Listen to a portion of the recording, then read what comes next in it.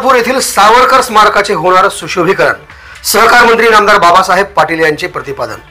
शहरातील रेणुका भवन येथे स्वातंत्र्यवीर विनायक दामोदर सावरकर यांच्या 59व्या पुण्यतिथी निमित्त ज्येष्ठ विचारवंत प्राध्यापक डॉक्टर भूषण कुमार जोरगुलवार यांचे व्याख्यान आयोजित करण्यात आले होते। स्वातंत्र्यवीर सावरकर देशप्रेमासाठीच जन्मले होते। त्यांनी आपला संपूर्ण जन्म या देशासाठी वाहिला।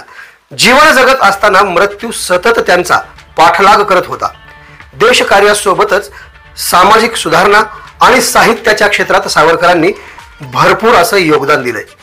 या देशावर प्रेम करणारा तो हिंदू, अशी सावरकरांची हिंदुत्वाची व्याख्या होती, असे प्रतिपादन प्राध्यापक डॉक्टर जोरगुलवार यांनी केली। याप्रसंगी आपले मनोगत व्यक्त करताना सहकार मंत्री बाबासाहेब पाटील म्हणाले की स्वातंत्र्यवीर सावरकर यांनी अंदमानात सोसलेल्या हाल अपेष्टांचे वर्णन केले। शहरातील सावरकर चौकाचे लवकरच सुशोभीकरण करण्यात येणार असल्याची घोषणा केली। तसेच लोकसहभागातून सावरकरांच्या अर्धाकृती पुतळ्याच्या जागी पूर्णाकृती पुतळा लवकरच बसवला जाणार असल्याचेही त्यांनी सांगितले। याप्रसंगी रेणुका भवन व सावरकर स्मारक समितीच्या वतीने मंत्री महोदय, प्रमुख वक्ते व इतर मान्यवरांचा शॉल, पुष्पहार व सावरकरांची प्रतिमा देऊन सत्कार करण्यात आला। या कार्यक्रमास भारतीय जनता पक्षाचे जिल्हाध्यक्ष दिलीपराव देशमुख, माजी नगराध्यक्ष ॲडव्होकेट भारत चामे, माजी जिल्हा परिषद सदस्य अशोक केंद्रे, राष्ट्रवादीचे सरचिटणीस शिवानंद हेगणे, ॲडव्होकेट भारत भूषण क्षीरसागर, ॲडव्होकेट भगवानराव पौळ, योगाचार्य शिवमूर्ती व सौ कलावती भातांब्रे, साहित्यिक मोहिब कादरी, पत्रकार यांची उपस्थिती होती। याप्रसंगी मुग्धा व गोपीनाथ मांडणीकर आणि अंजली कुलकर्णी यांनी देशभक्तीपर गीते सादर केली। कार्यक्रमाच्या अध्यक्षस्थानी धनंजय जोशी हे होते। कार्यक्रमाच्या यशस्वीतेसाठी डॉक्टर सिद्धार्थ कुमार सूर्यवंशी, विश्व हिंदू परिषद मंत्री मधुकर धडे, शिवसेना शहराध्यक्ष लक्ष्मण अलगुले, भाजप तालुका अध्यक्ष प्रताप पाटील, माजी नगराध्यक्ष advocate Siddheshwar Kasnale, Sharad Joshi, Dilip Shastri, doctor Madhusudan Cherekar, advocate Suhas Patil, Aniket Kashikar, doctor Suhas Joshi, Ashok Gaikwad, Santosh Solapure, Gurunath Solpure यांनी विशेष परिश्रम घेतले। ॲडव्होकेट सुहास पाटील यांनी आभार मानले। शेवटी वंदे मातरम या गीताने कार्यक्रमाची सांगता झाली। अशा या अप्रतिम कार्यक्रमादरम्यान ज्येष्ठ विचारवंत डॉक्टर भूषण कुमार जोरगुलवार यांचे संपूर्ण व्याख्यान आम्ही तुमच्यासाठी आवाज बहुजनांचा न्यूजच्या माध्यमातून घेऊन आलोय। चला तर मग बघूयात। मित्रांनो, सावरकरांचं जीवन एक महासागरासारखं जीवन आहे। या महासागरामध्ये जितकं तुम्ही शोधायला लागेल तितके एक एक नवीन नवीन पैलू या व्यक्तिमत्वाचे तुमच्या लक्षात येतील।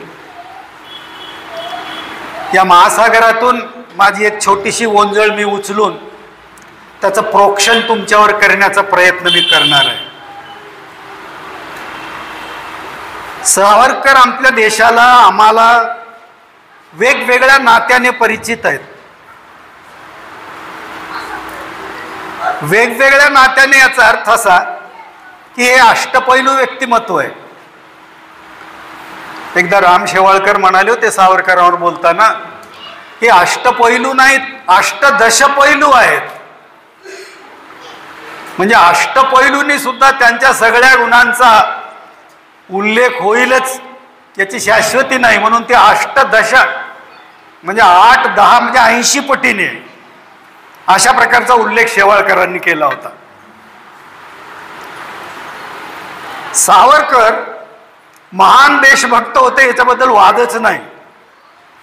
कुरुंदकरांनी असं म्हटलेलं आहे, सावरकरांच्या इतर कुठल्याही बाबतीत मतभेद होऊ शकतात, पण त्यांच्या देशभक्तीबद्दल कोणीही शंका घेऊ शकत नाही। महान देशभक्त होते, निष्णात वकील होते, विद्वान होते, विस्मयकारी विद्वान होते, समाज सुधारक होते, तेही करते समाज सुधारक होते। प्रज्ञा आणि प्रतिभेचा संगम झालेला एक थोर साहित्यिक म्हणून आपल्याला सावरकराकडे बघतोय. सावरकर द्रष्टे होते. पुढच्या 10 वर्षाचं त्यांना दिसायचं. सावरकर जसे द्रष्टे होते तसं मी बुद्धिपूर्वक बोलतो, मानवतावादी होते. सावरकर अहिंसेची प्रस्थापना हिंसेच्या मार्गातून करायचं त्यांचं मानस होता. कारण त्यांना माहित होतं की नुसत्या उपदेशाने अहिंसक बनत नाहीत लोक. म्हणून त्यांचं संन्यस्त खड्ग घ्या नाटक किंवा त्यांनी आपल्या वेळोवेळी केलेल्या भाषणांच्या मधून त्यांना शस्त्राचारी म्हणून लोकांनी त्यांच्यावर टीका केली. कारण 1937ला जेव्हा मुंबईच्या एका शाळेमध्ये अखिल भारतीय मराठी साहित्य संमेलन भरलं, त्याचे अध्यक्ष सावरकर होते. नुकतेच सगळे त्यांच्यावर लावलेले कलम सगळे स्वच्छ होऊन जाऊन स्वतंत्र या नात्याने जेव्हा ते मुंबईला आले तेव्हा त्यांना अध्यक्षपदाचा आग्रह केला आणि ते अध्यक्ष म्हणून गेले. आणि साहित्य संमेलनामध्ये अध्यक्षपदावरून बोलताना ते म्हणाले, लेखण्या मोडा, बंदूक हातात घ्या. आता हे विधान त्या काळामध्ये इतकं भयानक वाटलं लोकांना की अनेकांनी टीका केली. सावरकरांचं म्हणणं असं आहे, शस्त्रेन रक्षती राष्ट्र, शास्त्र समर्थना शस्त्र आवश्यक. शस्त्रामुळे राष्ट्राचं रक्षण होते. राष्ट्र सुरक्षित राहिला तर तुमच्या साहित्याला चारी दिशा मोकळ्या आहेत. अनेक तुमच्यावर बंधनं आहेत, शासकीय बंधनं आहेत. साहित्यिकाची प्रतिभा फुलत नाही. तुम्हाला स्वैरपणाने तुमचं साहित्य जर मांडायचं असेल तर अगोदर देशामधली शांतता प्रस्थापित करा, या देशावर होणारे अन्याय दूर करा. आणि त्याच्यासाठी म्हणून काही तुम्ही 2 वर्ष नाही लिहिलात तरी चालेल, बंदुका हाती घ्या. बंदुका हाती घ्या याचा अर्थ लष्करी शिक्षण घ्या. थोडं थोडं लष्करी शिक्षणाचा आग्रह धरला सावरकरांनी. लष्करी शिक्षणाचा आग्रह धरल्यानंतर आता हा जो काळ आहे, 1901 महायुद्धाला सुरुवात झालेली आहे. इंग्लंडचा पराभव होतो की काय अशी परिस्थिती निर्माण झाली.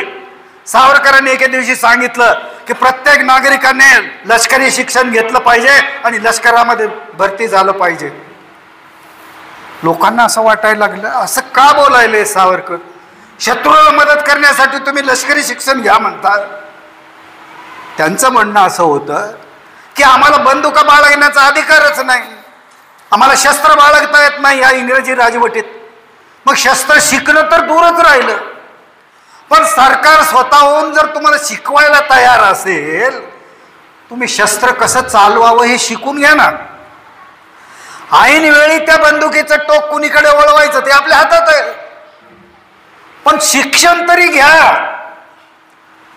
आणि हे किती दिवसांनी लगेच 1944च्या आझाद हिंद आकाशवाणी रेडिओवरून सुभाषचंद्रांचं जे भाषण झालं, त्या भाषणामध्ये त्यांनी उल्लेख केलेला आहे.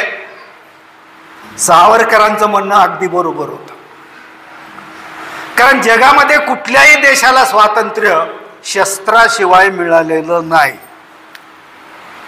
शस्त्रसज्ज असं तुम्ही राहिलं पाहिजे. पण ते कळायला काही काळ जावा लागला. म्हणून मी तुम्हाला म्हटलं की सावरकर आज जे बोलतात ते आम्हाला 10 वर्षांनी कळते.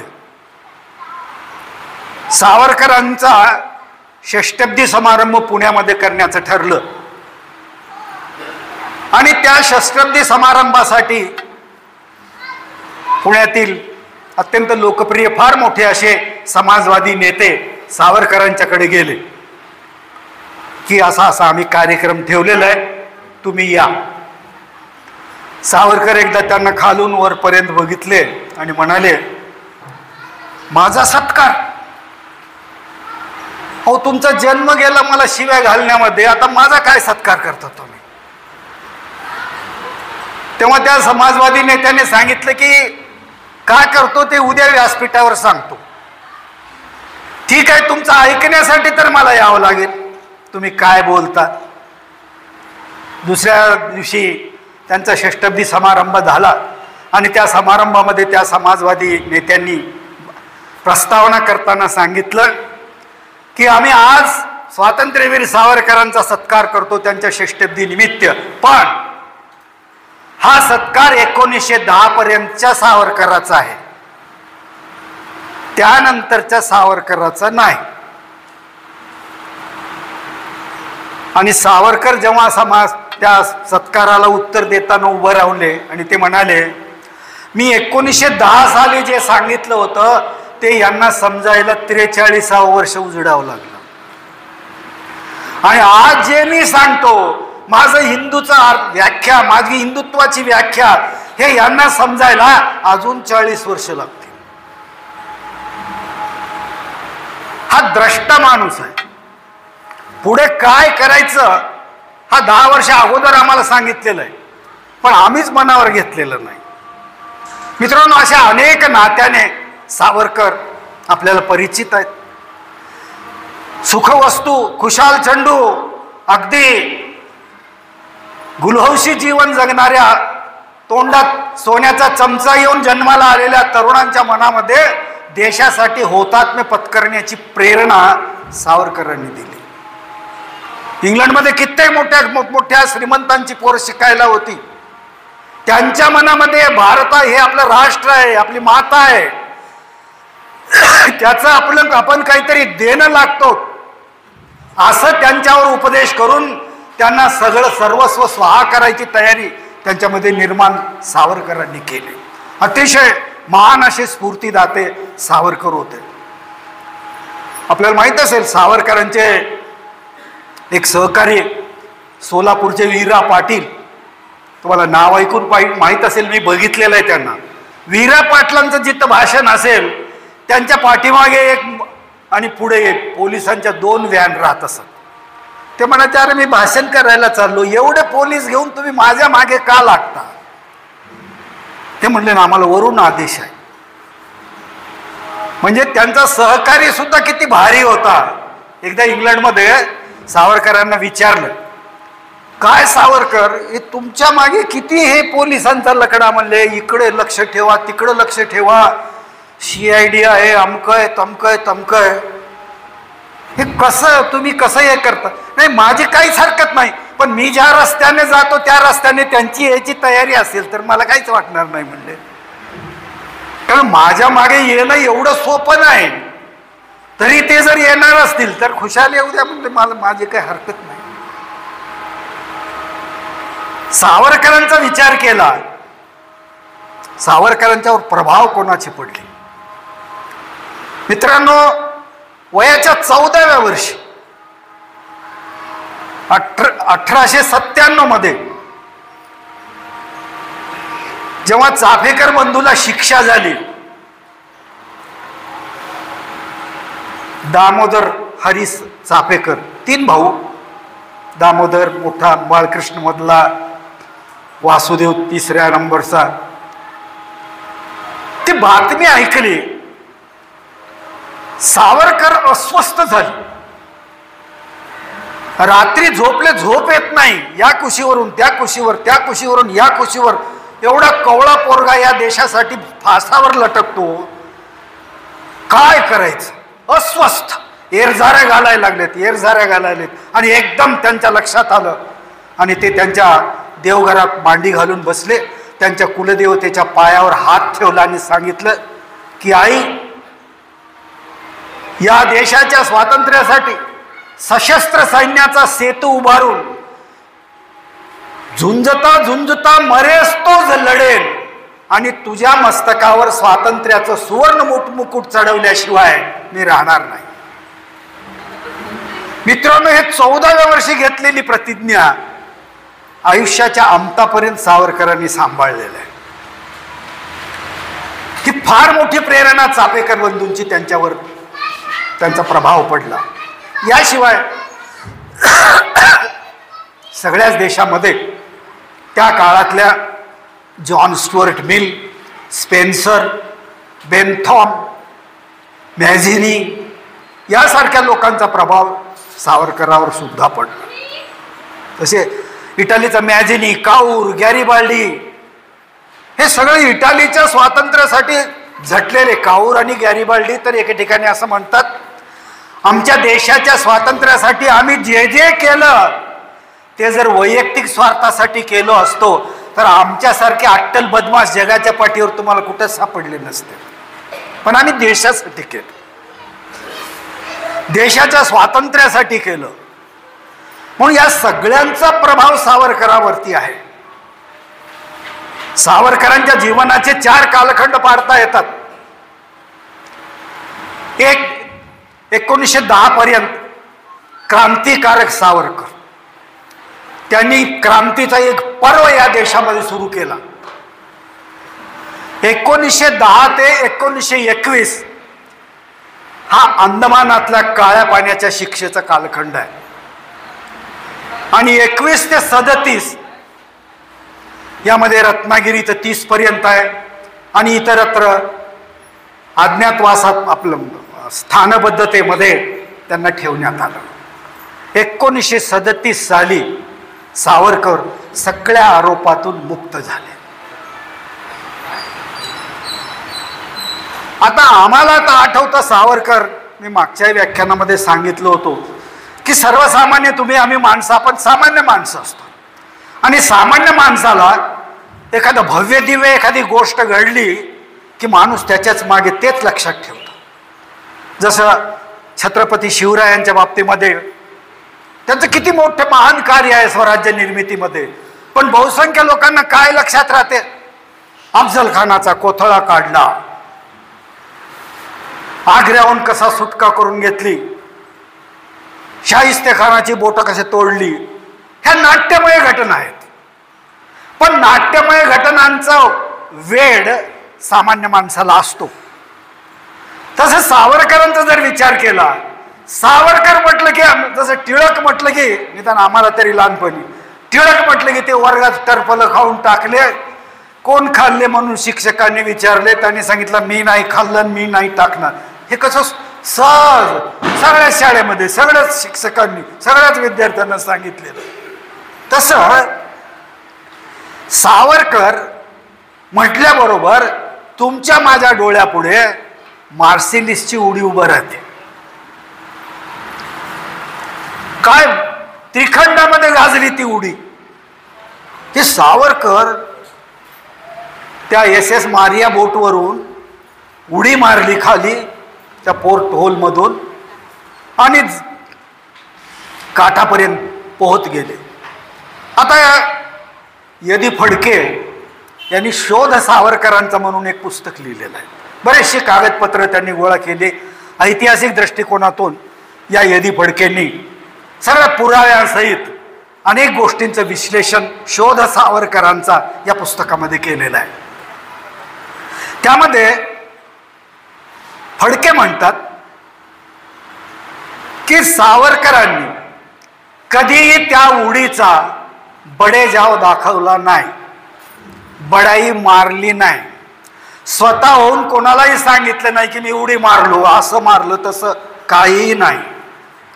फक्त एकदा त्यांनी सांगितलं, जेव्हा त्यांना अंदमानातून भारतातल्या अलीपूरच्या जेलमध्ये आणण्यात आलं, कारण ही गोष्ट जगामध्ये सगळीकडे पसरली की बोटीमधून उडी मारली आणि पोहत गेले. तेव्हा तिथला जो शिपाई होता त्या शिपायाने जवळ येऊन सावरकरांना विचारलं, तुम्ही अंदमान मार्सिलिसच्या खाडीमध्ये किती दिवस आणि किती रात्र पोहत होतात? सावरकरांनी सांगितलं, दिवस रात छट, जास्तीत जास्त 10 मिनिटं मी पोहलो असेल. कारण लगेच किनारा आला. पण या 1910 साली या मार्सेलिसच्या काठावरती बंदरामध्ये त्यांनी जी उडी मारली ती उडी आमच्या स्मरणामधून जात नाही. सावरकरांनी सुद्धा वैयक्तिक संभाषणामध्ये जवळच्या मित्राने एखाद्या वेळेस जरी विचारलं की खरंच सांगा बरं तुम्ही कसं ते उडी कशी काय होती, ते म्हणायचं असं काही नव्हतं, उडी मारलो एक 5-10 मिनिट पोहत गेलो संपलं. नाही तुम्ही लपवता म्हणजे सावरकरांची अडचण अशी खरं सांगून सुद्धा लोकांना खरं वाटेना. नाही नाही म्हणले ही मोठी माणसं स्वतःबद्दल असं मोठेपणा सांगणार नाहीत, हे नक्की काहीतरी मोठं उडी मारलेली आहे. पण या शिवाय या देशप्रेमाशिवाय सावरकरांचं एकंदरीत जे योगदान आहे साहित्याच्या क्षेत्रामध्ये, सामाजिक सुधारणांच्या क्षेत्रामध्ये, हे दुर्दैवाने दुर्लक्षित राहिलेलं आहे. तसं विचार केला तर सावरकर हे स्वतःच अतिशय दुर्दैवी आणि दुर्लक्षित असं व्यक्तिमत्व आहे. वाईट वाटते की ज्या माणसाने देशासाठी काय काय हाल भोगले त्या माणसाच्या प्रती आपल्या भावना संकुचित ठेवणं हे देशप्रेमाच्या दृष्टीने बरोबर नाही. मित्रांनो, मी मागच्याही व्याख्यानात सांगितलं, मी अनेक विषयावर व्याख्याने देतो. शाहू फुले आंबेडकर हे माझे दैवत आहेत. अनेक व्याख्यानं मी त्यांच्यावर दिली. नेहरू गांधीवरती मी व्याख्यानं दिली. अनेक राष्ट्रपुरुषांच्यावरती मी बोललो, वल्लभभाई पटेल पासून ते सगळे समाज सुधारकांच्या वरती मी बोललो. मी सावरकरावर अलीकडे बोलायला लागलो. त्याचं कारण असं की माझ्या असं लक्षात आलं, राजकीय मतभेदांच्या धुरळ्यावरती एखाद्या राष्ट्रपुरुषाचं व्यक्तिमत्व झाकोळून जाऊ नये. त्या व्यक्तिमत्वावर फुंकर मारण्याची आपली सुद्धा जबाबदारी आहे. सावरकरांचा द्वेष करणारे, सावरकरांवर प्रेम करणारे या सगळ्यांनी एक गोष्ट लक्षात ठेवली पाहिजे, सावरकरांचं कर्तृत्वापुढे मी जेव्हा सावरकरावर टीका करतो तेव्हा मी माझ्या मनाला विचारतो, सावरकरांचं कर्तृत्व कुठं आणि तू कुठं? मी तर कर्तृत्व शून्य आहे त्या तुलनेमध्ये, पण कर्तृत्व शून्य म्हणणं सुद्धा त्या शून्याचा अपमान आहे. इतकं नगण्य आम्ही आहोत तरी आम्ही सावरकरांवर टीका करतो. मुळामध्ये सावरकर वाचणारे फार कमी आहेत. अडचण तर इथे आहे, सावरकरांचं साहित्य सगळं 10 खंडामध्ये प्रकाशित आहे. या सावरकरांची किती पुस्तकं आपण वाचली, किती टीकात्मक पुस्तकं वाचली. सावरकरांचं कुठं कुठं चूक झाली हे तुमच्या कुठं कुठं लक्षात आलं. सध्या अगोदर आपण आपली तरी खात्री करून घेतली पाहिजे ना की इथं सावरकर चुकले, म्हणून ते आम्हाला मान्य नाही. पण सावरकर हे सगळं कोणासाठी करत होते? त्यांच्यासाठी नाही.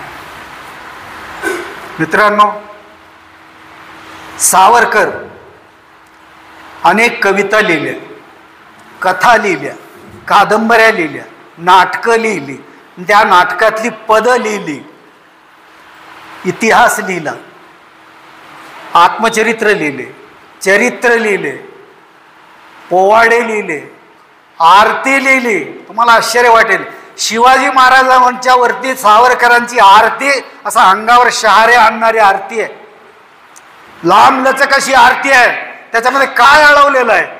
सावरकर म्हणतात, शिवराया तुम्ही साक्षात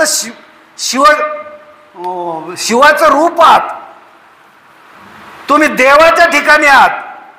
श्रीकृष्णाने आम्हाला सांगितलेलं की ज्या ज्या वेळेस धर्म संकटात येईल, देश संकटात येईल, तेव्हा मी जन्म घेईन. शिवराया आता तुम्हाला जन्म घ्यायची वेळ आलेली आहे, तुम्ही या, अशी आळवणी सावरकर कॉलेज जीवनामध्ये करतो. स्वतः लिहिलेली आरती आहे. फर्ग्युसन कॉलेजमध्ये आर्यन संघ नावाची विद्यार्थ्यांची एक संघटना त्यांनी स्थापन केली आणि त्या संघातर्फे दर आठवड्याला ही आरती सामुदायिकरित्या म्हटली जात असे. इतिहास लिहिला, शिखांचा इतिहास लिहिला, महाराष्ट्रातल्या लढवय्या मराठ्यांचा इतिहास लिहिला. जिथे जिथे या देशामध्ये ज्या ज्या प्रांतामध्ये लढवय्ये देशासाठी होते त्या सगळ्यांच्या वरती कवनं सावरकरांनी रचली.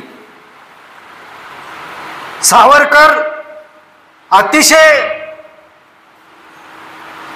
प्रज्ञा प्रेरित आणि त्याचबरोबर प्रतिभा प्रेरित लेखक होते.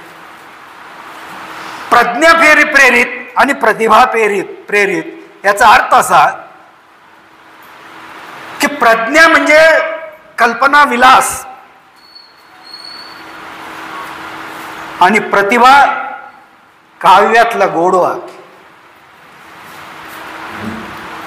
त्यांनी सगळी प्रज्ञात्मक जी काही आहे ते देशप्रेमासाठी खर्च केले. 68 कविता लिहिल्या सावरकरांनी. यापैकी जवळजवळ सगळ्याच कविता या आत्मनिवेदनपर आहेत. त्यांना काहीतरी सांगायचं आहे या देशातल्या तरुणांना, या देशातल्या नागरिकांना काहीतरी सांगायचं आहे. प्रत्येक कवितेमधून त्यांनी काही ना काही सांगितलेलं आहे. वाङ्मयाचा कुठलाही असा प्रकार नाही की त्याला सावरकरांनी स्पर्श केलेला नाही, असं एकही वाङ्मय प्रकार नाही. गजला सुद्धा लिहिल्या, फटके लिहिले, चारोळ्या लिहिल्या, खंडकाव्य लिहिले. 3च नाटक आहेत त्यात, उशाप, उत्तरक्रिया, संन्यस्त खड्ग, हे 3 नाटकं त्यांनी लिहिली. सावरकरांचं म्हणणं असं की जे साहित्य आहे हे साहित्य साधन म्हणून वापरा, साधन म्हणून वापरा. साहित्य हे साध्य नाही, साहित्य हे साधन आहे. आणि ते साधन कशाचं आहे? देशप्रेम प्रज्वलित करण्याचं साधन आहे.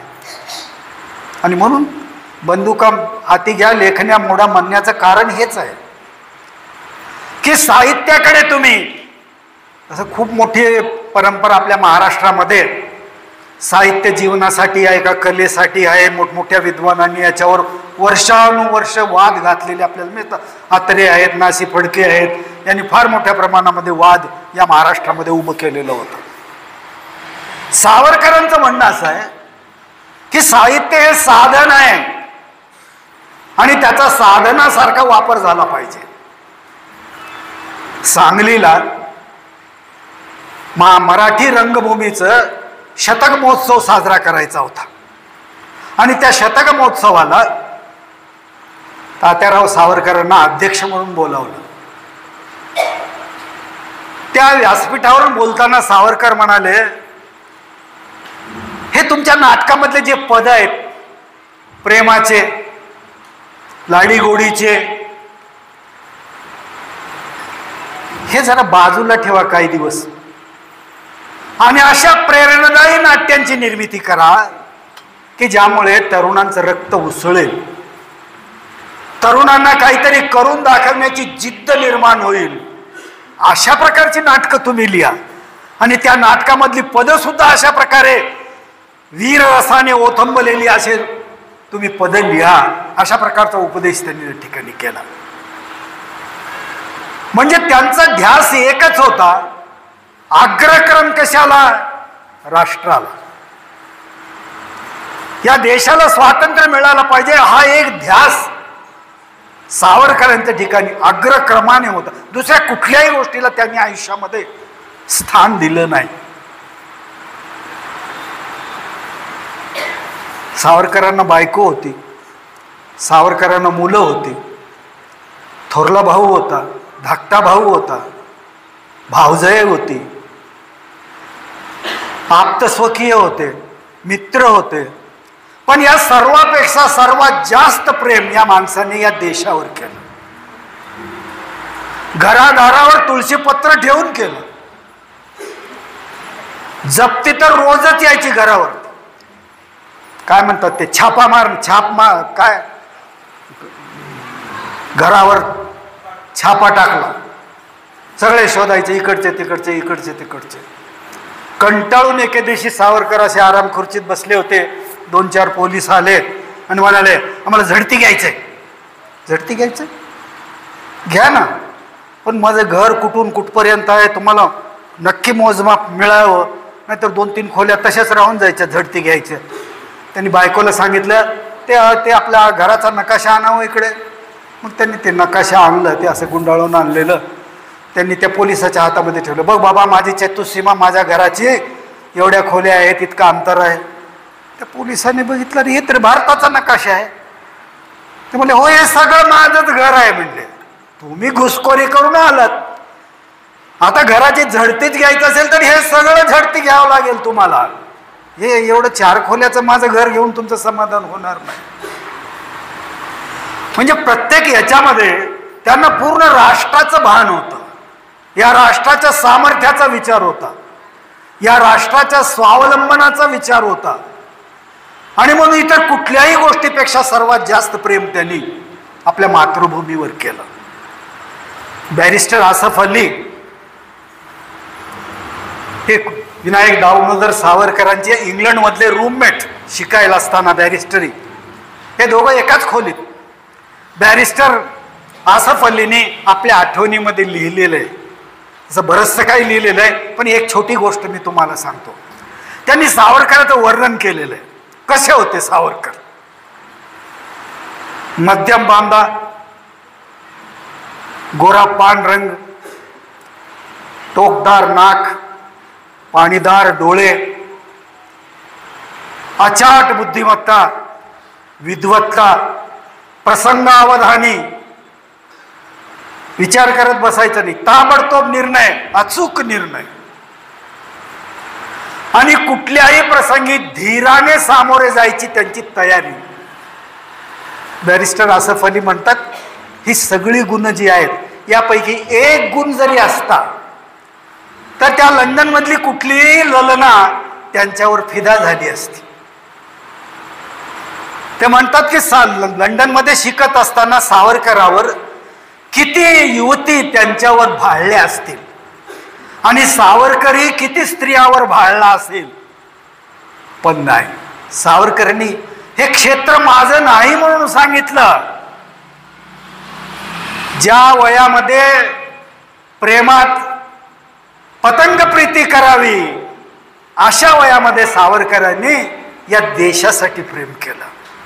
त्यामुळे मला याच्यापैकी काहीही नको, मला फक्त माझ्या देशावर प्रेम करायचं. हे सगळे भागीदार आज उद्या यांना काही किंमत देत नाही मी. कारण सावरकर जेव्हा अंदमानात आले तेव्हा त्यांना 2 जन्मठेपेची शिक्षा झाली. ते भारतातून निघताना बोटीमध्ये बसताना त्यांना खबर लागली की थोरले बंधू बाबारावला सुद्धा अटक झालेली आहे. आणि जेव्हा काही दिवसांनी अंदमानच्या किनाऱ्याला बोट लागली, ती बोटीतून उतरता उतरता त्यांना अजून एक संदेश आला की धाकटा भाऊही पकडला गेला आहे. सावरकर बोटीतून उतरले. कल्पना करा काय धीराचा हा माणूस. 50 वर्षाची शिक्षा झालेली आहे, तेही अंदमानातली शिक्षा. त्याची तुम्ही आम्ही कल्पनाही करू शकत नाही. तुमच्यापैकी गेलेले असतील तर तुम्ही बघितलं असाल काय अवस्था आहे तिथे. अजूनही आहे ते सगळं. त्या अंदमानावर पाय ठेवल्या ठेवल्या तिथली जागा बघितली आणि सावरकरांनी सांगितलं, उद्या भारत स्वतंत्र झाल्यानंतर इथं आरमारी तळ उभारलं पाहिजे, तेव्हा भारताच्या सीमा सुरक्षित राहतात. काय विचार आहे? कोणत्या अवस्थेत अंदमानावर पाय ठेवले आणि डोक्यात काय विचार चाललेले आहेत? कारण देशाशिवाय दुसरं विचारच नाही. अंदमानामध्ये ते गाण्याचा कोलू फिरवत असताना खांदे दुखत, पण डोक्यामध्ये विचार चालू कशाचे? देशाचे. फटके बसायला लागले, गती बंद झाली की अंगात कधी कधी ताप राहायचं, कारण अत्यंत त्यांचं आरोग्य अतिशय बिघडलेलं होतं. अंदमानामध्ये कित्येक दिवस ते जेवत सुद्धा नसत. दिलेलं जेवण वाळून जायचं, ते भात त्याच्यामध्ये पाणी घालून थोडा वेळ भिजवायचे, नंतर ते खायचे. म्हणजे अशा वाईट अवस्थेमध्ये सुद्धा विचार देशाचाच. पाठीमागून चाबूक बसायला लागलेले आहेत, खांदे दुखायलेले आहेत, ते ओढायला लागलेले आहेत. आणि हे विचार काय करतात? उद्या माझा देश जर स्वतंत्र झाला तर गुन्हेगारांना शिक्षा अशी ठेवावं का नको? तुमच्या माझ्यासारखं तर शक्यच नाही. जर अशी शिक्षा भोगत असेल तर तो म्हणाला असता, हे असली शिक्षा ठेवायचं नाही उद्या, हे फार वाईट आहे. पण सावरकरांनी सांगितलं की नाही, अशी शिक्षा पाहिजे. गुन्हेगारांना तुरुंग हे भीतीदायक असले पाहिजेत, तरच गुन्ह्यांना आळा बसतो. नाहीतर काय, सकाळी गेले संध्याकाळी जमानतवर सुटले, काय होत नाही म्हणले, काय फरक पडत नाही. मग शिक्षेची भीती जर नसेल तर गुन्ह्यांचं प्रमाण कमी कसं काय होणार? मग सावरकरही म्हणतात की उद्या भारत स्वतंत्र झाल्यावर अशी शिक्षा आम्ही ठेवू, कारण याच्याशिवाय गुन्हेगारीला पायबंद बसणार नाही. त्याने 1857 कादंबरी लिहिली, आपलं 1857चा इतिहास लिहिला. सावरकर असं मानतात की 1857वर अनेक कादंबऱ्या लिहिल्या लोकांनी, परंतु वस्तुनिष्ठपणे संशोधनात्मक पद्धतीने सावरकरांनी 1857च्या उठावाचा इतिवृत्त लिहिलेला आहे. आणि शास्त्रशुद्ध पद्धतीने त्यांनी हे सिद्ध करून दाखवलेलं आहे की हा भारताच्या स्वातंत्र्यातला पहिला स्वातंत्र्य युद्ध. हे उठाव नाही, हे बंड नाही, हा पहिला स्वातंत्र्य युद्ध. सावरकरांनी बाकीच्यांनी त्यावेळेस सुद्धा वेड्यात काढले. कशाचं स्वातंत्र्य युद्ध म्हणले? 4 दिवस झालं सगळं जिकडे तिकडे शांत, असं म्हणणारे 1957ला 1857चा शताब्दी महोत्सव साजरा केला, पहिलं स्वातंत्र्य युद्ध म्हणून. आणि ज्यावेळेस सावरकरांनी सांगितलं नाही, हे आम्ही स्वातंत्र्य युद्ध मानत नाही, हे बंड आहे, उठाव आहे, शिपायांचा उठाव आहे. म्हणून सावरकरांचं जे काही म्हणणं आहे रोखठोक आहे.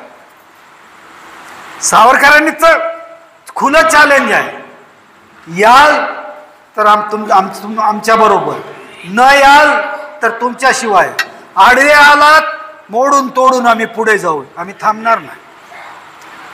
साहित्य सम्राट न.चि. केळकर, नरसिंग चिंतामण केळकर यांनी या बाबतीत सावरकरांच्या बद्दल एक वाक्य फार सुंदर उच्चारलेलं आहे. ते म्हणतात की सावरकराचा मामला असा नाही, या पहा असं नाही. सावरकरांच्या रथावर काय लिहिले? येतो, दाखवतो. अशा पावित्र्यामध्ये सावरकर वावरायचे. कारण मी जे निर्णय घेतलेला आहे माझ्या माहितीप्रमाणे कधी चुकीचं होऊ शकत नाही. तुम्हाला आज कळत नसेल, काही वर्षांनी तुम्हाला कळेल. म्हणून त्यांचा पावित्र्य असा राहायचा की मी जे निर्णय घेतलेले ते योग्य आहे.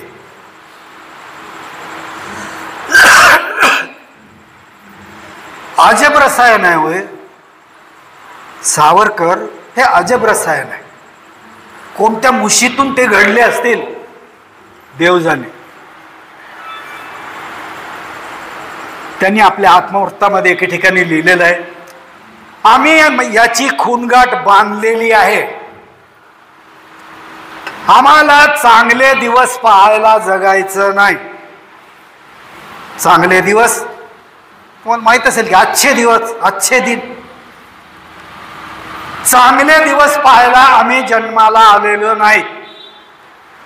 स्वातंत्र्य उपभोगायला आम्ही जन्माला आलो नाहीत. आम्ही जन्माला आलो स्वातंत्र्यासाठी मरायला. कोणतीच अपेक्षा नाही. उद्या स्वतंत्र भारतामध्ये मला मंत्रिमंडळात घेईल का नाही? हो, एक किस्से फार मजेशीर आहेत. कधी वेळ मिळाल्यावर सांगेन तुम्हाला की पहिल्या मंत्रिमंडळामध्ये जाण्यासाठी किती लोक धडपडत होते. मी सुद्धा स्वातंत्र्य लढ्यामध्ये काम केलेलं आहे. भांडून लोक पंडित नेहरू जवळ जायचे की माझा समावेश करा, नाही तर मग गांधीजी जवळ जातो. या माणसाला कशाचीच अपेक्षा नाही. फक्त देश एक, त्याचं स्वातंत्र्य, त्याचं सामर्थ्य, त्याचं अखंडत्व, अभंगत्व, यासाठी सगळं आयुष्य या माणसाने खर्च केलं. मित्रांनो,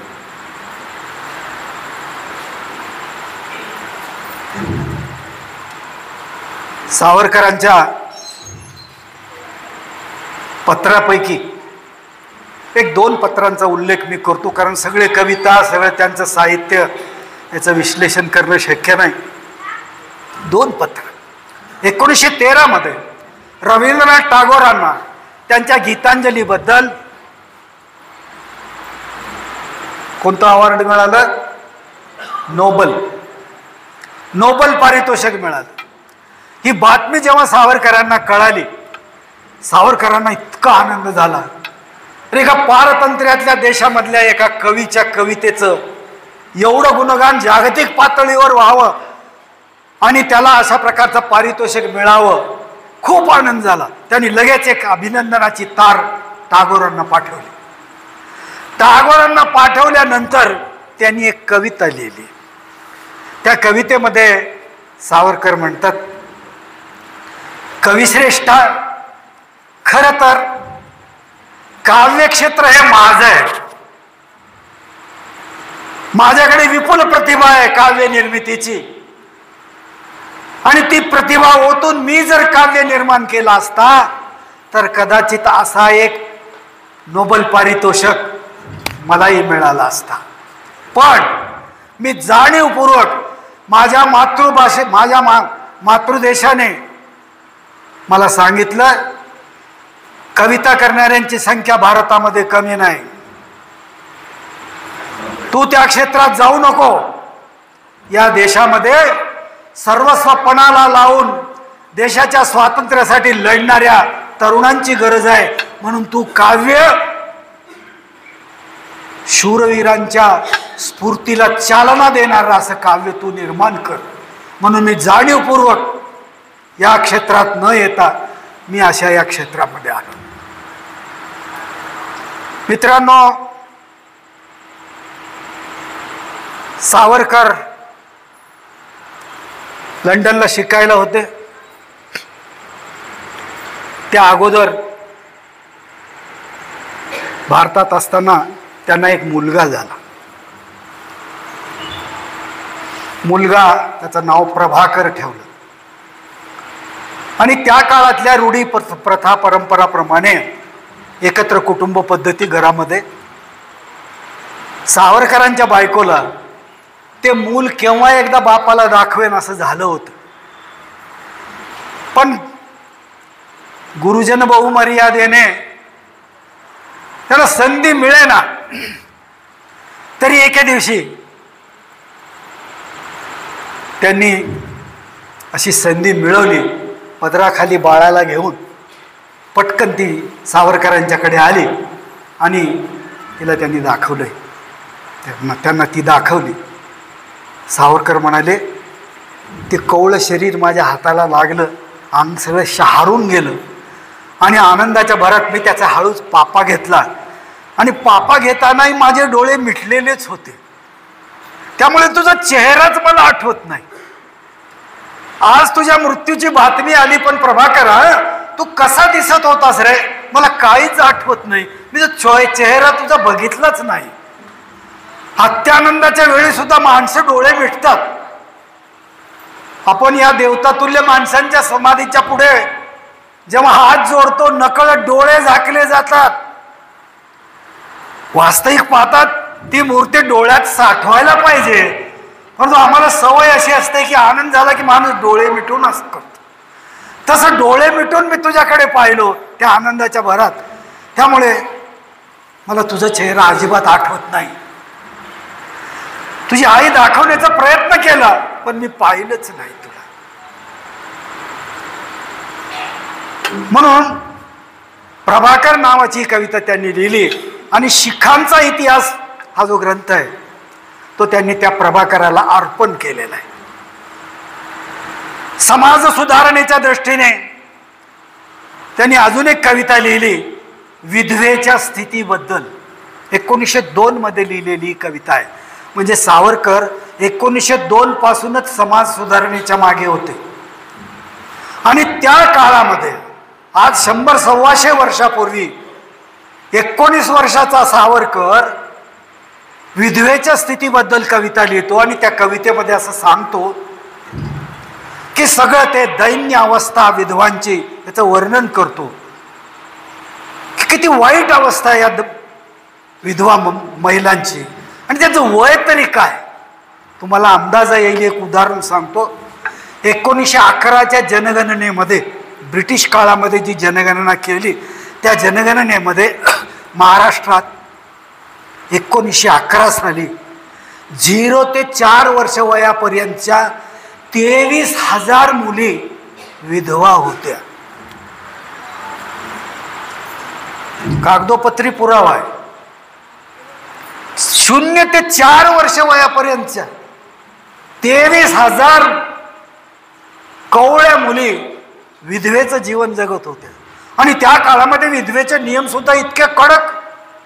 केशवपन केलं पाहिजे, डोकं दिसू द्यायचं नाही, अमुक रंगाचंच वस्त्र वापरलं पाहिजे, अंधारातच राहायचं, शुभप्रसंगी पुढे यायचं नाही.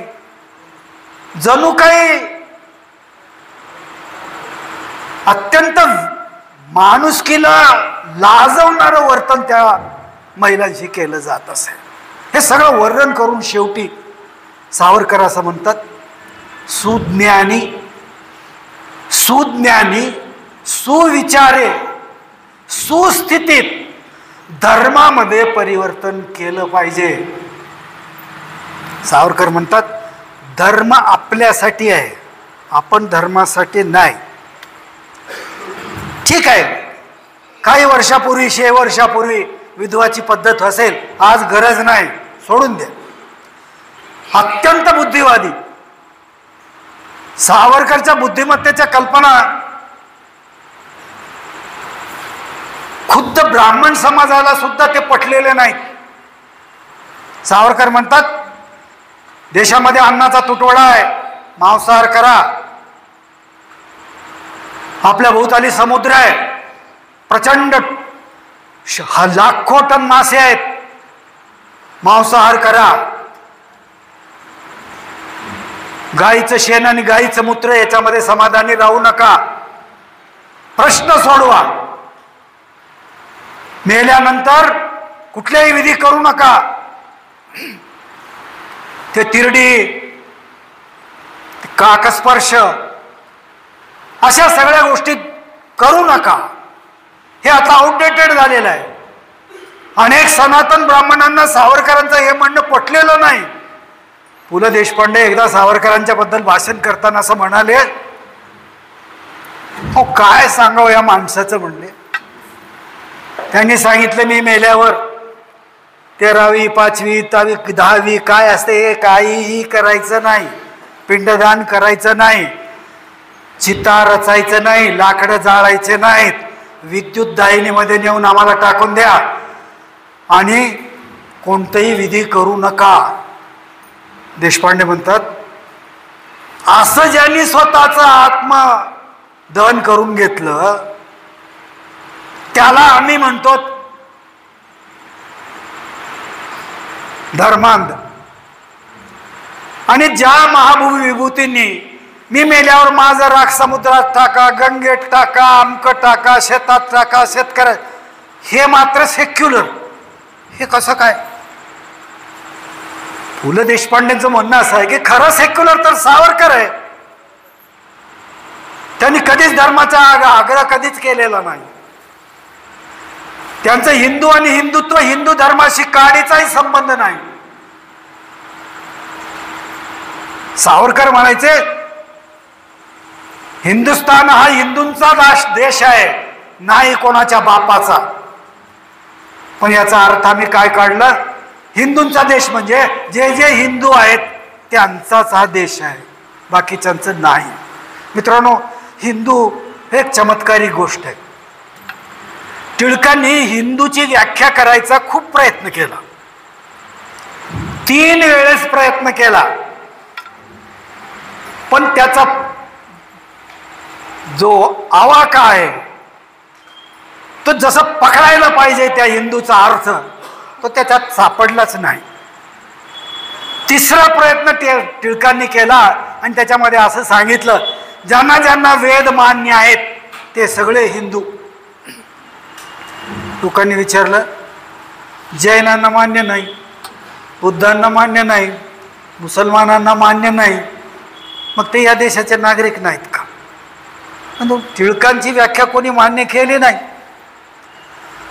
पण सावरकरांची व्याख्या, सावरकरांनी सांगितलं सिंधू सागरापासून सिंधू नदीपर्यंत हा जो भूभाग आहे, या भूभागाला जो जो माणूस त्या भूभागावर प्रेम करतो त्याला पितृभूमी मानतो, त्याला पुण्यभूमी मानतो आणि त्याच्याशी एकनिष्ठ राहतो, ते सगळे हिंदू. धर्माने कोणी का असेना, त्यांचा धर्माचा संबंध नाही. या भूमीवर प्रेम करणारा आणि या भूमीशी एकनिष्ठ राहणारा प्रत्येक माणूस हा हिंदू आहे. या अर्थाने सावरकर म्हणतात हा देश हिंदूंचा आहे, नाही कोणाच्या बापाचा. पण आम्ही संकुचित अर्थ काढले आणि संकुचित अर्थ काढल्यामुळे अनेक मतांतर झाले आणि या मतांतरामध्ये वस्तुस्थिती जाणून घेण्याचा फार कमी लोकांनी प्रयत्न केला. मोठमोठी माणसं जेव्हा मतभिन्नता बाळगायला लागतात तेव्हा लहानसहान माणसांना असं वाटतं की हे म्हणतात तर मग खरं असलं पाहिजे. त्याची शहानिशा करण्याचा प्रयत्न फारसा कोणी केलेला नाही. यानंतर सावरकरांची दुसरी एक कविता आहे, काहीशी भावनिक आहे. 3 भाऊ देशप्रेमाच्या ओघात घरातून निघून गेले. घरामध्ये उरलेल्या पती जिवंत असतानाही विधवांचं जीवन जगणाऱ्या 3 जावा. जप्ती आली, घर जप्त केलं, घरातलं सगळं सामान जप्त केलं, चुलीवर शिजत असलेली खिचडी पातेल्या सहित जप्त केलं, चष्मा जप्त केला आणि घराबाहेर काढलं. नाशिकला येऊन 4 पत्र्याच्या खोलीमध्ये ह्या सगळ्या जावा राहू लागल्या. आप्त स्वकीय सुद्धा कोणी ओळख द्यायला तयार नाहीत, घरापुढून जायला तयार नाहीत, मित्र कोणी ओळख द्यायला तयार नाही, कारण यांची ओळख दिली तर सरकारची आपल्यावर करडी नजर येईल, आपल्याला त्याची इजा पोचेल. तुम्हाला सांगतो, सावरकरांच्या संपत्ती तर जप्त केलीच, सावरकरांच्या सासूरवाडीची संपत्ती सुद्धा जप्त केली. भाऊसाहेब चिपळूणकर हे सावरकरांची सासूरवाडी, या भाऊसाहेब चिपळूणकरांना सुद्धा तो नाथ हाल सोसावे लागले. का तर त्यांचे जावई त्यांची सगळी संपत्ती जप्त केली. या सगळ्या जावा अशा अवस्थेत जगत होत्या, कोणी बोलायला नाही, 4 शब्द सांत्वनाचे सांगणारा कोणी नाही, 2 वेळेसची भ्रांत, अशा प्रकारची अवस्था आली. मित्रांनो, त्यावेळेस पांगळा शाहीर गोविंद कवी, त्यांचं आडनाव गोविंद दरेकर आहे, हे सावरकरांच्या पेक्षा 7 वर्षांनी लहान, पण सावरकरांच्या काव्य प्रतिभेने सावरकरांच्या प्रेमात पडला. सावरकरांनी त्यांना सांगितले की अरे तू कविता लिहित जा. तो लिहायचा कविता. पांगळा दोन्ही पायाने, अहो मी मरणाने जगणार, सुंदर मी होणार. उद्या भारताला स्वातंत्र्य मिळाल्यानंतर मी सुंदर होणार, माझ्या पायाकडे लक्ष देऊ नका. आणि हा जो पांगळा गोविंद कवी आहे, हा नाशिकच्या काळाराम मंदिरामध्ये पोथी वाचायचा रोज. आणि त्या पोथी ऐकण्यासाठी बाया बापड्या ज्या यायच्या, ते मोठमोठ धान्य घेऊन यायचे पोथी पुढे ठेवायला. आपल्याकडे परंपरा आहे तशी की पोथी ऐकायला जाणाऱ्या मठामध्ये मंदिरामध्ये महिला त्या पोथी वाचणाऱ्यांच्या पुढे मोठमोठ धान्य ठेवतात. हा पांगळा गोविंद पोथी वाचन झाल्यानंतर त्या मोठमोठ धान्यांचे सगळे एकत्र करायचा, त्याची एक पुरचुंडी बांधायची आणि सावरकरांच्या घरी पाठवायचा. या मोठमोठ धान्याच्या राशीमधून सावरकरांच्या घराच्या कुटुंबांचा चरितार्थ चालायचा.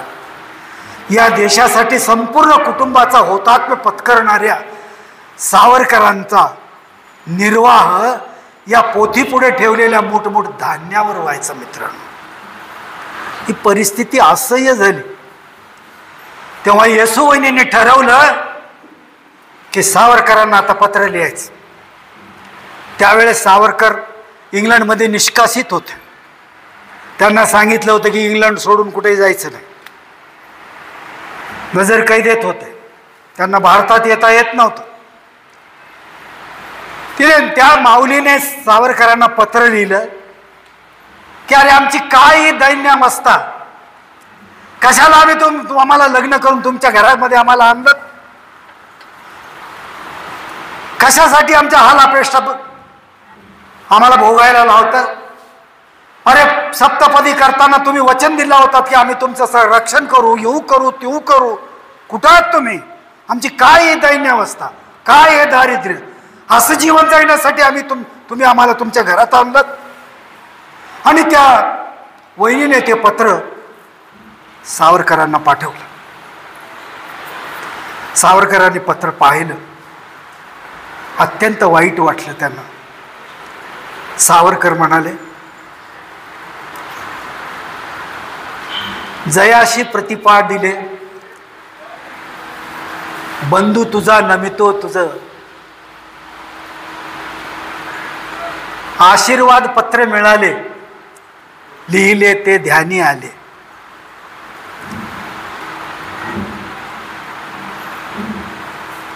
संन्यस्त म्हणजे तुम्ही जे काही लिहिलात ते मला कळालं. उदंड आनंद झाला वाचून. इथे पत्राचा मायना संपला. आपण येतो ना राजमान राजेश्री अमुक अमुक, मग मॅटरला हात घालतो आपण, तसं हा मायना त्यांचा. त्यांनी सांगितलं, काय म्हणालीस वहिनी, तुम्हाला आमच्या वंशात कशासाठी आणलं? अहो धन्य धन्य आमचा वंश, आमचा वंश धन्य धन्य आहे, ईश्वरी अंश आहे आमच्या वंशामध्ये. या वंशामध्ये तुम्ही आलात, तुमचं भाग्य उजळलं. प्रभू रामचंद्राचं पूजन करण्याचं भाग्य माझ्या कुटुंबाला लाभलं. वहिनी, जगामध्ये काही कमी फुलं उमलतात, फुलतात, वाळून जातात, धुळीत मिसळतात, नायनाट होतात, पण एखादाच फुल भगवंताच्या शिरेवर जाऊन बसतो. माझं वंश, माझं कुटुंब त्या नशीबवान फुलासारखं आहे. वहिनी, या देशामध्ये काही थोडी माणसं आहेत, या देशामध्ये थोडी काही घरं आहेत, या देशामध्ये थोडी काही कुटुंब आहेत, पण या सगळ्यांना सोडून परमेश्वराने आपल्या घराची निवड केलेली आहे. या देशासाठी सर्व त्याग करण्याची जबाबदारी परमेश्वराने आपल्यावर टाकलेली आहे. वहिनी, आपण किती धन्य आहोत. असं भाग्य आम्हाला लाभलं, हे आमचं केवढं मोठं नशीब. आणि त्या पत्राचा शेवट करताना ते असं म्हणतात,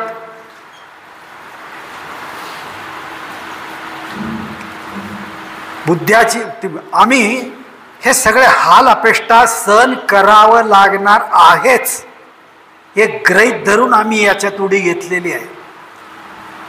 मी आधी सांगितल्याप्रमाणे आम्ही मरण्यासाठी जन्माला आलेले आहोत. सुख उपभोगायला नाही, स्वातंत्र्य उपभोगायला नाही, चांगले दिवस बघायला नाही, फक्त देशाच्या स्वातंत्र्यासाठी आम्ही मरायला जन्माला आलेले आहोत.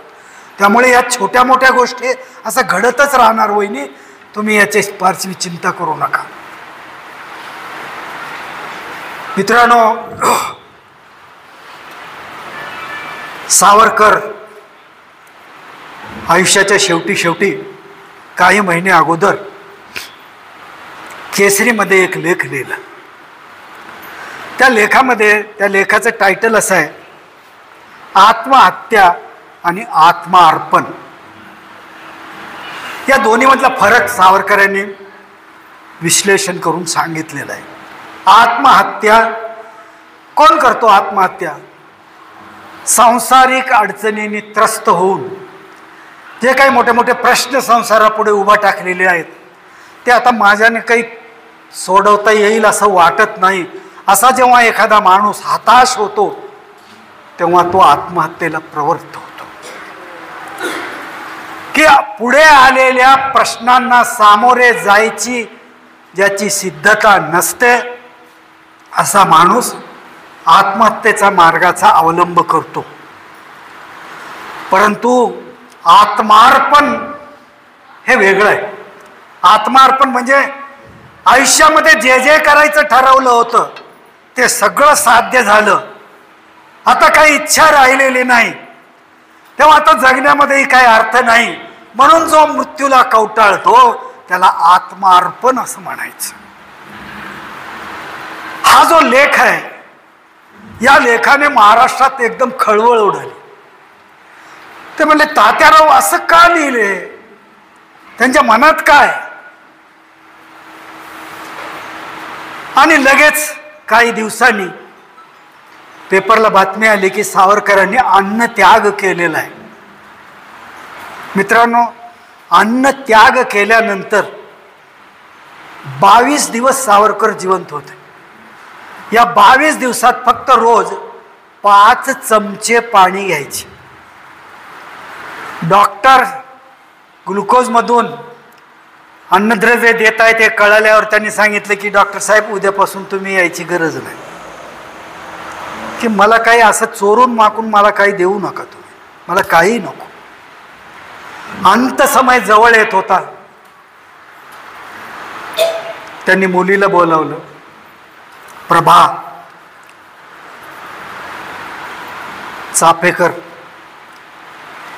चिपळूणकर, विष्णुशास्त्री चिपळूणकरांची नात सून प्रभा, त्यांची मुलगी, तिला बोलावलं आणि सांगितलं, बेटा तू दिल्लीहून आलीस, काय माझे शेवटचे दिवस आहेत, आज नाही तरी उद्या मला निरोप घ्यावाच लागणार आहे, पण तू आता जास्त वेळ इथं थांबू नको, तुझा संसार आहे, तुझे व्याप आहेत, तुझ्या संसाराच्या व्यापामध्ये तू आपापली कामं करीत राहा, तू इथं थांबू नको.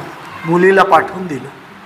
त्यांचा सोय्य सहाय्यक जो होता त्याला बोलावलं, त्याचे आभार मानले की बाबा तू इतके दिवस माझ्यासाठी खूप कष्ट केलंस, आता तू आता जा, आता मी सुद्धा आता जाण्याच्या मार्गावर आहे, आता तू जा तुझ्या घरी. सगळ्यांच्या निरोपाची आवराआवर चालू झाली आणि एके दिवशी बातमी आली की सावरकर हे जग सोडून गेले. मित्रांनो, सावरकर गेले ही बातमी वाऱ्यासारखी देशामध्ये पसरली. संपूर्ण देश शोकसागरामध्ये बुडाला. त्यांची अंत्ययात्रा निघाली. त्या अंत्ययात्रेमध्ये लता मंगेशकर, आचार्य अत्रे, स्नेहल भाटकर, फडके, भाऊसाहेब फडके, सुधीर फडके, व्ही शांताराम चित्रपती यांनी संपूर्ण ट्रक त्यांच्या देखरेखीखाली फुलांनी सजवली आणि त्यांची अंत्ययात्रा निघाली. बहिणाबाई चौधरीचे चिरंजीव सोपानदेव चौधरी त्या अंत्ययात्रेमध्ये होते. स्नेहल भाटकर सूर तालामध्ये अभंग म्हणत होते. सोपानदेव चौधरी नासी फडके ज्ञानेश्वरी मधल्या ओव्या म्हणत होते. त्यांची अंत्ययात्रा निघाली. दादर पासून चंदनवाडीपर्यंत रस्त्याच्या दुतर्फा हजारो लोक थांबलेले. सावरकर जिंदाबादच्या घोषणा देत होते. कित्येक लोक गटागटाने सावरकरांचे जे काव्य आहे ते म्हणत होते.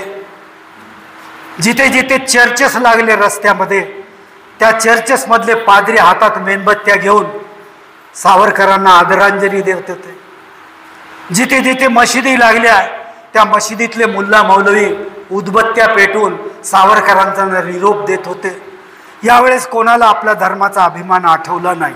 आठवला तो फक्त या देशाप्रमाणे ओथंबलेलं जीवन जगणाऱ्या फक्त सावरकरांच्या एकंदर त्यागाचंच आठवण सर्वांना झाली. कोणालाही परकेपणा असं वाटलं नाही की सावरकर हा आपलाच आहे. बॉम्बे सेंट्रलच्या जेलमध्ये पुढून जेव्हा ही अंत्ययात्रा निघाली, त्या जेलमधल्या कैद्यांनी सावरकर अमर रहे म्हणून घोषणांचा फार मोठा गलका केला. सावरकरांचं विद्युत दाहिनीमध्ये अंत्यसंस्कार झाले. मित्रांनो, लौकिक अर्थाने सावरकरांचा मृत्यू झाला. जगामध्ये येणारा प्रत्येक प्राणी हा एक ना एक दिवस निरोप घेतो. परंतु गंमत अशी आहे, खरा सोबती सावरकरांचा जर कोण असेल तर तो फक्त मृत्यू होता. मृत्यू हा सावरकरांचा अंगरक्षक होता. सावरकरांना बायको होती, कुटुंब होते, मुलं होते, भाऊ होते, भावजाई होते, पण यापैकी कोणीही शेवटपर्यंत सावरकरांच्या बरोबर नव्हता. सावरकरांच्या बरोबर होता फक्त त्यांचा मृत्यू, शाश्वत मृत्यू. अंदमानात असताना सावरकरांच्या वरती सावलीसारखा मृत्यू साथ द्यायचा. ब्रिस्टनच्या तुरुंगात असताना बारीक लक्ष ठेवून होता मृत्यू. ब्रायटनच्या सामुद्रधुनीवर लक्ष ठेवून होता. कुठं पळणं, आगगाडीतून प्रवास करताना सावरकरावर पहारा देत होता. समुद्रात उडी मारून पोहोच जात असताना मृत्यू वाटाड्या होता सावरकरांचं की असं या तुम्ही, असं या. आणि गांधीवादाच्या कटात गोवल्यानंतर त्यांना जेव्हा 14 महिने लाल किल्ल्यामध्ये ठेवण्यात आलं तुरुंगात, तेव्हा तर मृत्यू सावरकरांचं सांत्वन करत होता. शेवटी मृत्यूचीच दया सावरकरांना आली. सावरकरांनी सांगितलं की बाबा रे, खूप साथ दिलंस मला आतापर्यंत, पण आता तू माझ्याकडे येऊ नको, मीच तुझ्याकडे येतो. आणि म्हणून प्रायोपवेशनाचा निर्णय सावरकरांनी घेतला. 22 दिवसांनी एक झगमगत असं व्यक्तिमत्व, धगधगत असा यज्ञकुंड आपल्या पुढे असं झळकून गेला. मित्रांनो, राष्ट्रप्रेमाच्या अनेक उपमा, अनेक उदाहरणं सापडतील. त्या सर्वांमध्ये कंठमणी शोभणारा सावरकरांचं देशप्रेम अत्यंत मौल्यवान आहे. म्हणून आचार्य अत्रे म्हणायचे, गांधी नेहरू हे देशप्रेमी परिस्थिती आणि कारणाने झाले.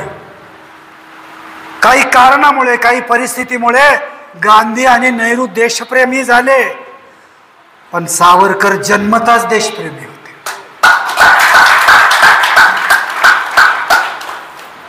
तर असा एक असामान्य व्यक्तिमत्व या देशाचा शेवटचा निरोप घेतला. आणि आपल्या पुढे खूप असं या देशाच्या संदर्भामध्ये काय काय स्वप्न बघायचे तरुणांनी एक भव्य दिव्य अशा प्रकारचं पटल आपल्या पुढे उभं करून गेलेलं आहे.